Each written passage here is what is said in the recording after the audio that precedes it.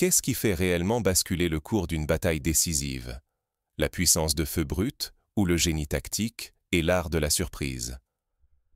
Depuis l'Antiquité jusqu'à nos jours, cette question hante stratèges et historiens. Peut-on encore triompher aujourd'hui en fonçant tête baissée, comme aux heures sombres de la Première Guerre mondiale? Ou l'art de la guerre a-t-il irrémédiablement changé à l'ère des drones, de la guerre électronique et de l'information instantanée? Pour le comprendre, plongeons au cœur d'un événement qui a bouleversé les certitudes. Le saillant de Soumy, théâtre d'une opération militaire dont les conséquences résonnent bien au-delà du front. Imaginez ce point névralgique, véritable épine plantée dans le dispositif russe, où, dès l'aube, tout a basculé. Près de 40 000 soldats ukrainiens, fortifiés derrière des lignes savamment aménagées, épaulés par des armes occidentales dernier cri, semblaient inébranlables, comme les troupes françaises et britanniques retranchées à Verdun en 1916. L'objectif russe était implacable: encercler cette force colossale et anéantir la plus grande réserve ukrainienne du front nord-est, tout comme les Allemands cherchaient à briser la résistance alliée par l'attrition. Pourtant, contrairement à la bataille de Verdun où la force brute dominait, les Russes n'ont pas cherché la confrontation directe. Ils ont tendu un piège d'une précision clinique, l'opération Piège d'acier. Ce plan, élaboré dans le plus grand secret, allait bouleverser les règles du jeu, comme Hannibal à Cannes ou les Allemands à Stalingrad en 1942. Tous s'attendaient à un affrontement titanesque, une bataille d'usure où le nombre et la technologie feraient la décision. Mais la réalité a pulvérisé ces certitudes. La victoire n'est pas venue de la force brute, mais d'une rupture stratégique inattendue. Ce n'est plus l'époque où les masses d'infanterie déferlaient sous un barrage d'artillerie, mais celle où la planification, la vitesse et l'audace stratégique brisent tous les pronostics et laissent les imprudents exposés à la prochaine onde de choc. Comment ce piège s'est-il refermé?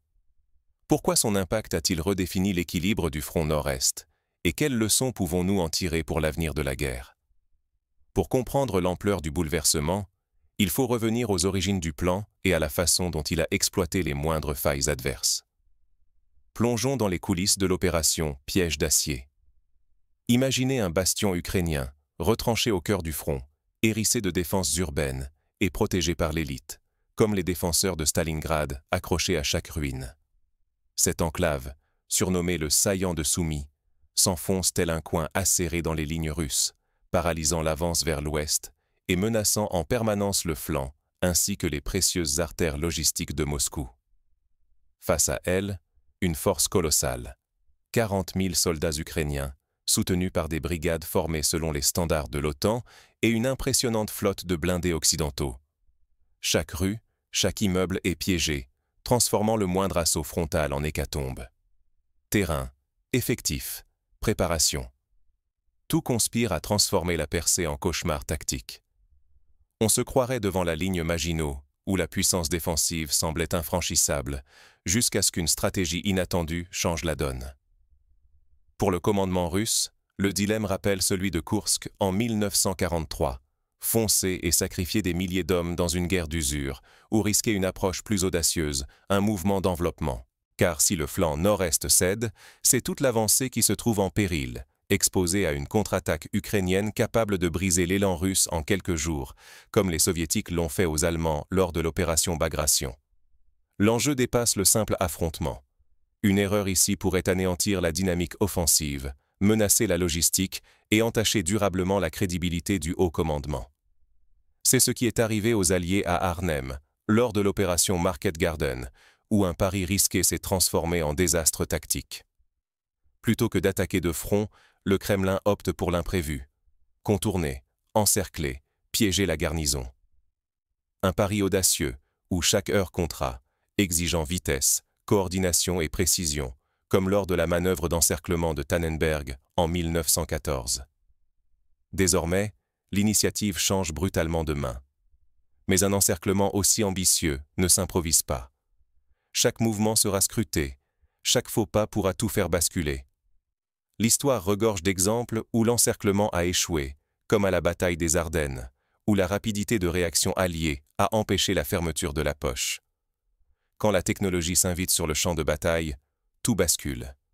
Ce n'est plus seulement une question de soldats ou de blindés, mais de vitesse, de surprise et d'un brouillard numérique qui engloutit chaque décision. À l'image des guerres du Golfe, où la supériorité électronique a permis des frappes précises et une désorganisation de l'ennemi. L'opération Piège d'acier s'amorce dans un silence trompeur. Pendant des semaines, les services russes tissent une toile de fausses pistes et de désinformation. Les Ukrainiens, convaincus que l'attaque principale surviendra ailleurs, attendent sur la défensive, exactement comme prévu. Un exemple historique similaire, la tromperie alliée avant le débarquement de Normandie, où de faux chars gonflables et de fausses transmissions radio ont trompé le haut commandement nazi. À l'aube du 26 octobre, la nuit à peine dissipée, un ouragan de feu s'abat. Des milliers de pièces d'artillerie, canons, lance-roquettes, mortiers, tonnent d'un seul souffle. La terre s'ouvre sur plus de 15 km de profondeur, engloutissant points d'appui et réseaux défensifs sous une tempête synchronisée. Ce rappel de la préparation d'artillerie à la bataille de Somme, où des jours de bombardement précédèrent l'assaut, mais ici, la précision numérique remplace la saturation aveugle. Simultanément, l'aviation cible avec une précision chirurgicale. Des bombes intelligentes détruisent ponts et dépôts, des missiles hypersoniques frappent avant toute détection. Les défenses antiaériennes ukrainiennes, aveuglées par la guerre électronique, sont impuissantes. Les chaînes de commandement s'effilochent, les liaisons radio se taisent. Rappelons-nous la guerre du Kosovo, où la suprématie aérienne de l'OTAN a paralysé les forces serbes sans invasion terrestre massive.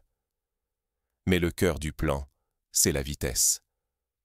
Dès que le tonnerre d'acier retombe, des colonnes blindées percent au nord et au sud, exploitant les brèches ouvertes. Plutôt que de se battre dans chaque village fortifié, elles contournent, accélèrent, isolent les poches de résistance. L'objectif ? Refermer l'étau avant que l'ennemi ne comprenne l'ampleur du piège. C'est la réactualisation du Blitzkrieg, la guerre éclair, adaptée au XXIe siècle. La guerre électronique devient l'arme invisible. Les ondes ukrainiennes sont brouillées, les drones aveuglés, les réseaux coupés. Les unités se retrouvent sans ordre clair, l'information se fige, la panique s'insinue. Comme lors de la guerre des 6 jours, où Israël a neutralisé l'aviation égyptienne en quelques heures grâce à la surprise et à la désorganisation des transmissions. Au point clé d'Aktirka, la manœuvre atteint son paroxysme. Un débarquement aéroporté fulgurant parachève l'encerclement. Des hélicoptères se posent dans la confusion, des troupes d'élite verrouillent les axes de fuite. En quelques minutes, tout espoir de retraite ou de secours est brisé, comme lors de l'encerclement allemand à Falaise en 1944. Pourtant, rien n'était garanti. Si la surprise avait failli, si la percée s'était heurtée à une défense intacte, la force russe aurait pu se retrouver piégée à son tour, vulnérable à une contre-attaque écrasante. Tout l'équilibre stratégique de la région aurait pu basculer. La prudence des planificateurs rappelle celle du maréchal Zhukov à Stalingrad, où chaque détail comptait pour éviter un désastre. Mais cette fois, la mécanique a fonctionné sans accroc. Après la fermeture de l'étau, le sort de la force encerclée ne dépend plus que d'une chose: la méthode et la détermination de ceux qui s'apprêtent à resserrer la prise. L'histoire militaire montre que la gestion de la poche est cruciale. À Stalingrad, les Soviétiques ont asphyxié la 6e armée allemande. À Dien Bien Phu, les Vietnamiens ont isolé puis submergé les Français. L'étau désormais refermé, une nouvelle bataille s'engage à l'intérieur du piège. La survie se joue heure par heure, alors que chaque camp tente de renverser le destin. Les soldats piégés, comme les troupes de Paulus à Stalingrad, doivent choisir entre la résistance héroïque ou la reddition inévitable. Une fois le piège refermé, plus aucune échappatoire n'était possible. Les mâchoires du double encerclement se sont resserrées lentement mais sûrement, isolant totalement l'armée ukrainienne. Coupée du reste du monde et confinée dans un espace rétréci, chaque mouvement était surveillé, chaque tentative de fuite immédiatement réprimée, rappelant le siège de Leningrad où l'étau mortel s'était refermé sur la ville. Les frappes convergentes ont anéanti tout espoir de secours. Non seulement la moindre chance de repli s'est évaporée, mais la poche est devenue une nasse mortelle. L'isolement a été la première conséquence. Dès la fermeture du cercle, chaque route, chaque sentier, chaque pont passait sous contrôle absolu. Les fuites individuelles étaient repérées et neutralisées aussitôt. Un scénario similaire s'est déroulé lors du siège de Sarajevo, où chaque tentative d'évasion était risquée. La logistique ukrainienne a été la première victime.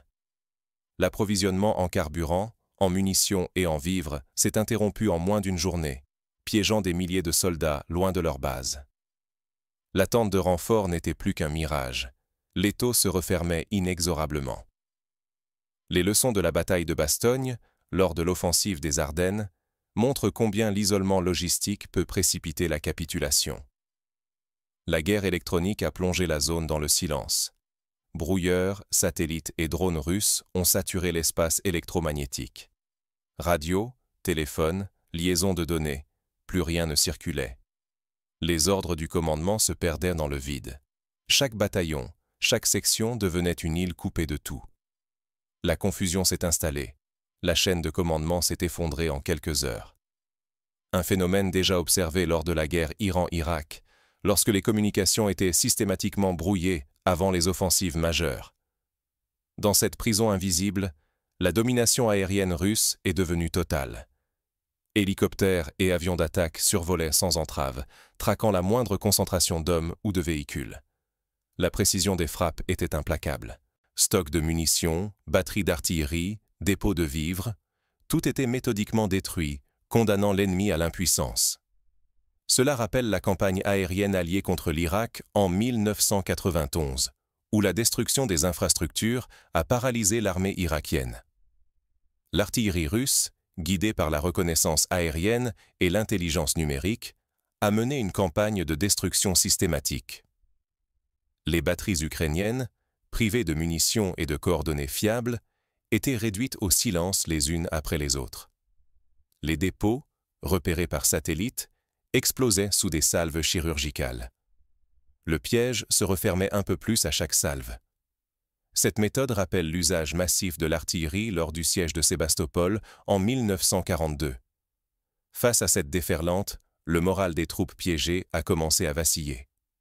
Les messages de soutien ne parvenaient plus. Les blessés s'accumulaient dans les abris, sans espoir d'évacuation.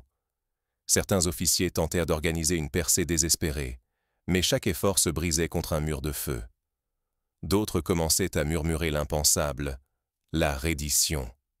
L'histoire militaire regorge d'exemples où, faute de perspective, les soldats préfèrent se rendre, comme à Singapour, en 1942. Minute après minute, l'armée encerclée perdait des hommes, du matériel et sa capacité d'organisation. L'étau ne laissait aucune pause, aucun répit. Le désastre s'annonçait inévitable. L'ampleur des pertes grandissait d'heure en heure, révélant la vulnérabilité des grandes unités face à ce type de manœuvre moderne.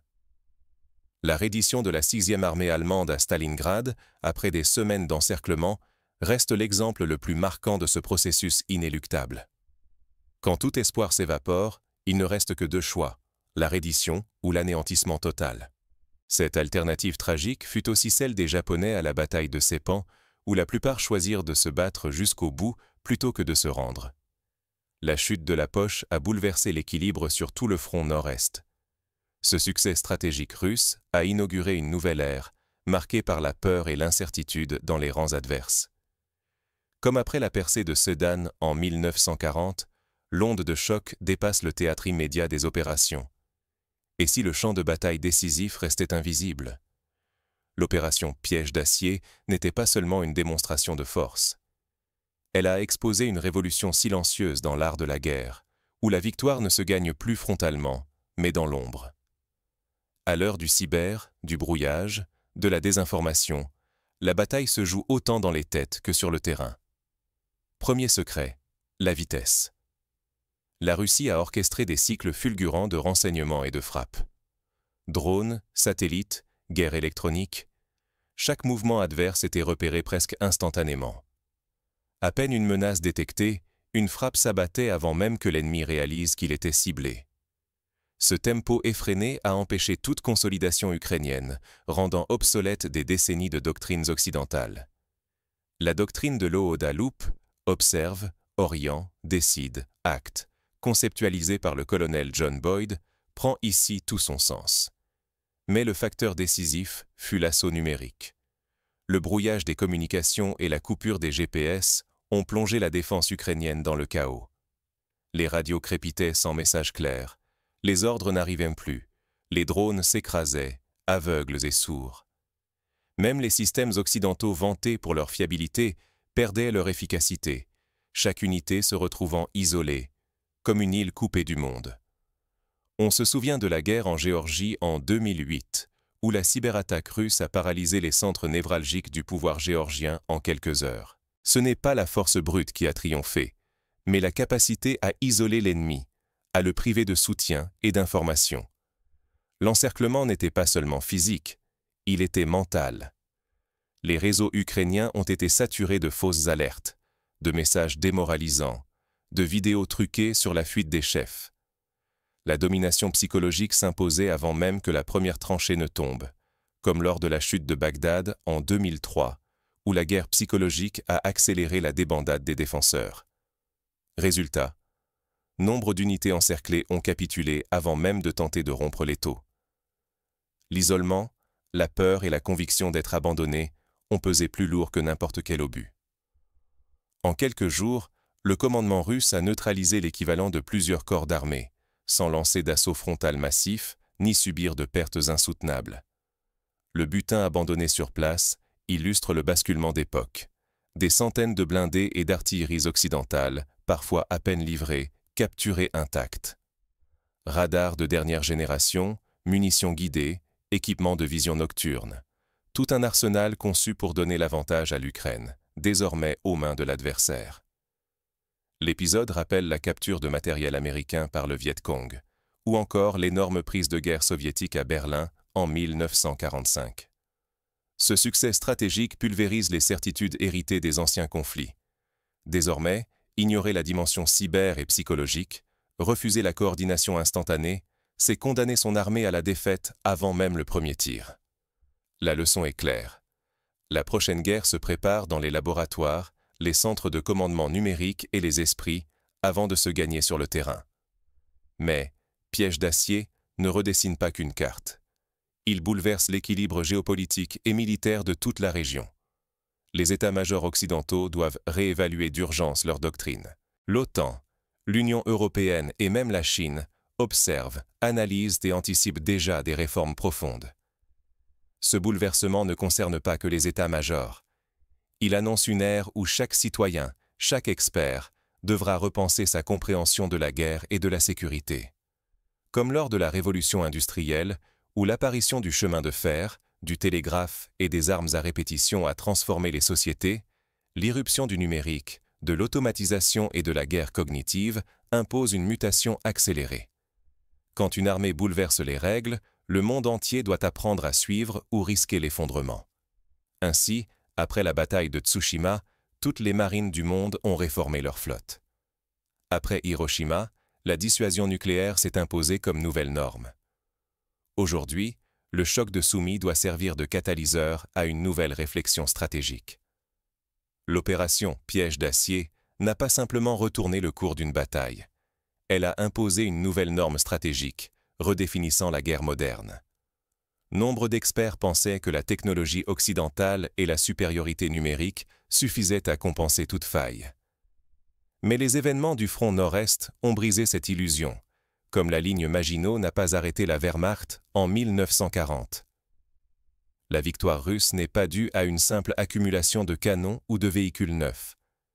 C'est la fusion d'une planification rigoureuse, d'une guerre électronique de pointe et d'une coordination quasi instantanée qui a tranché.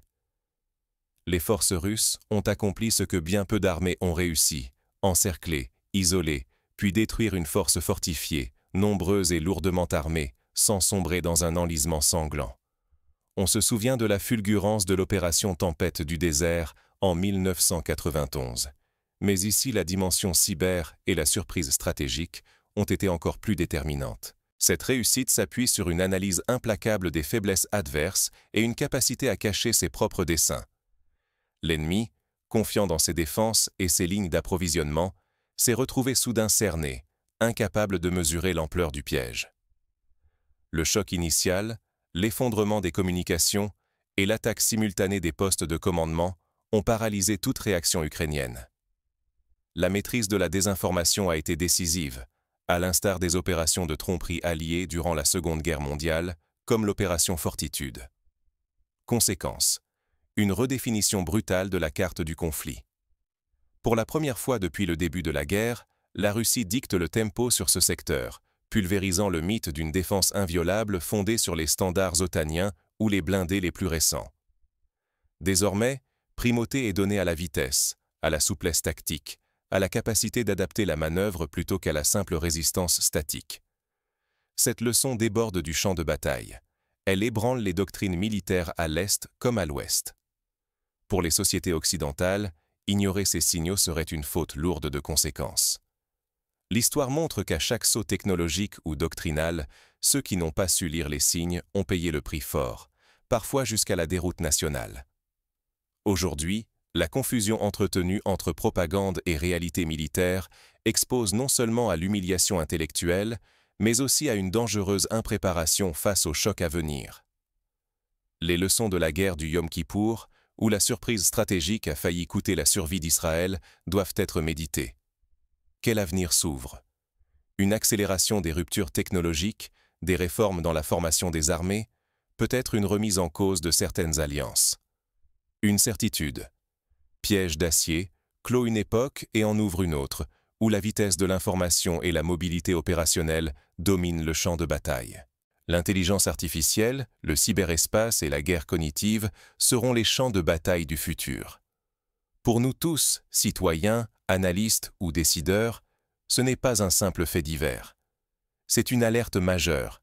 Les règles changent sous nos yeux, et ceux qui s'y refusent risquent de rester prisonniers d'un passé désormais caduc. Comme l'a écrit le stratège Clausewitz, la guerre est le domaine de l'incertitude. Aujourd'hui, plus que jamais, cette incertitude se joue dans les réseaux, les esprits et les décisions éclairs. Reste à savoir qui saura s'y adapter et qui sera la prochaine victime du piège de l'innovation.